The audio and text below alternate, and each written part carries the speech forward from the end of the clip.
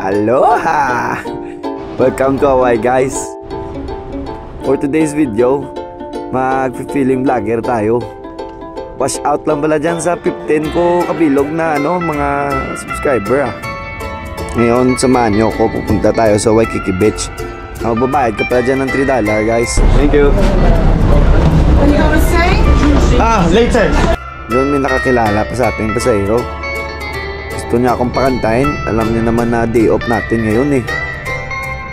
Mag-enjoy muna tayo Hey guys, mag-walking tayo ngayon. Baba na. Yan. Pababa mo yan sa bus, walking ka mga 5 minutes. Punta sa beachfront nila. Medyo nagmamantika na tayo kasi mainit din dito eh. Parang Pilipinas din ba? Ayun, habang naglalakad-lakad tayo, may tumawag sa akin. Hello! Mapapicture lang pala siya. Ginawa niya pa akong cameraman. Puso kasi yan dito sa kanila, guys, yung influencer, TikTok at saka Instagram. Kung sa Pilipinas, yan ginlaga na yung cellphone niya kaging prinda. Yun, no? Ang ganda ng beach din nila dito, guys. Parang Puka Beach lang din sa Boracay.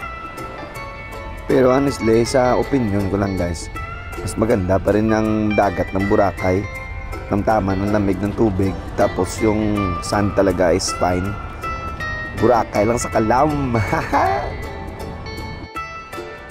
Yun, magsusurfing sana tayo para ma-feel mo din ba nasa Hawaii ka. Kaso ang mahal, $50 per hour. Tapos kung mabalda ka, kulang pa yan ibabayad sa pilot.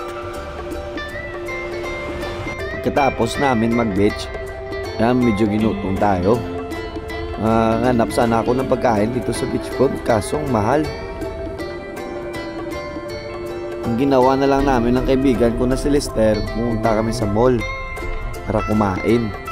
Mas mura kasi dito. At saka pagbungad mo dito, makikita mo si Jollibee. Bida talaga yan si Jollibee kahit saan. Kahit dito sa Hawaii. Ano tayo ng pagkain? Nakabili na tayo ng pagkain, guys.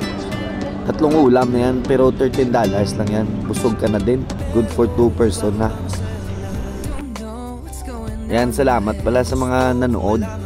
Like, subscribe, unsubscribe, kung ano pa da. Pa-wash out lang pala dyan sa mga kaibigan ko sa Boracay at Bacolod. At sa mga tropa dito sa barko. Thank you so much. See you again soon. God bless everyone.